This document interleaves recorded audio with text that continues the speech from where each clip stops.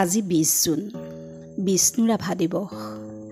আজিৰ এই পবিত্ৰ ক্ষণত অসমীয়া জাতিৰ স্বাভিমান সেই মহান শিল্পীজনাৰ প্ৰতি শ্ৰদ্ধা জনাই আবৃত্তি কৰাৰ প্ৰয়াস কৰিছোঁ ডক্টৰ বীৰেন্দ্ৰ কুমাৰ ভট্টাচাৰ্যৰ কালজয়ী কবিতা বিষ্ণুৰাভা এতিয়া কিমান ৰাতি।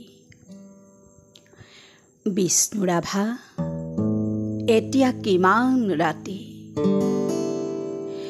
তুমি সাৰে আছা, সাৰে আছোঁ আমি, আৰু সাৰে আছে প্ৰীতি।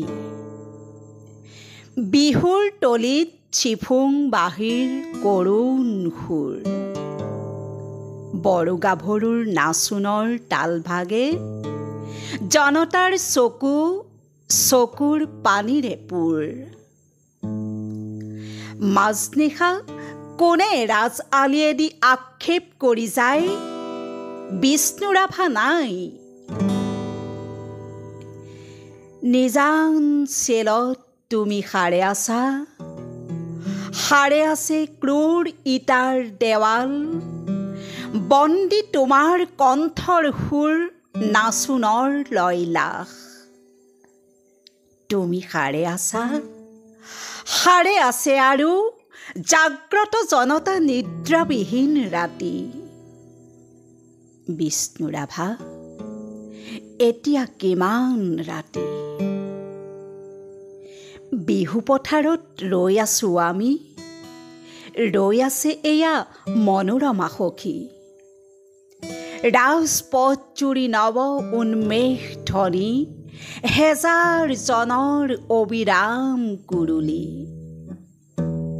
সকলোৰে মুখ প্ৰশ্নমুখৰ আজি ই বিহুৰ ৰাতি। কাৰাগাৰৰ দুৱাৰ কেতিয়া মুকলি হ'ব, বন্দী সৃষ্টিয়ে কেতিয়ানো প্ৰাণ পাব। প্ৰাণহীন আজি গীত মাত সুৰ, প্ৰাণহীন বিহুতলী। বন্দী শিল্পীৰ বেদনাত জাগে ৰঙা জীৱনৰ উন্মাদনা, সঁচা আবেগৰ ৰোল। মাজনিশা কোনে মৰিশালী জুৰি চিঞৰি উঠে, কল্লোল বন্ধু জীৱনৰ কল্লোল। দাস কেপিটেল 11 পৃষ্ঠা বাকী। মাজনিশা কোন ত্ৰিনয়নে পঢ়ে, পোহৰ পোহৰ উদয়াচলত ৰবি, নৱ জীৱনৰ প্ৰৱেশ দ্বাৰত ইতিহাস ৰ'ল সাক্ষী।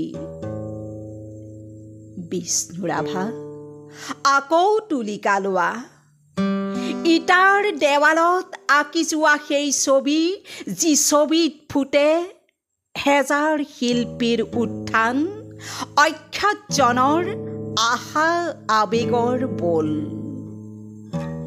ইটাৰ দেৱালত জিলিকি উঠিছে দাস কেপিটেলৰ সপোন।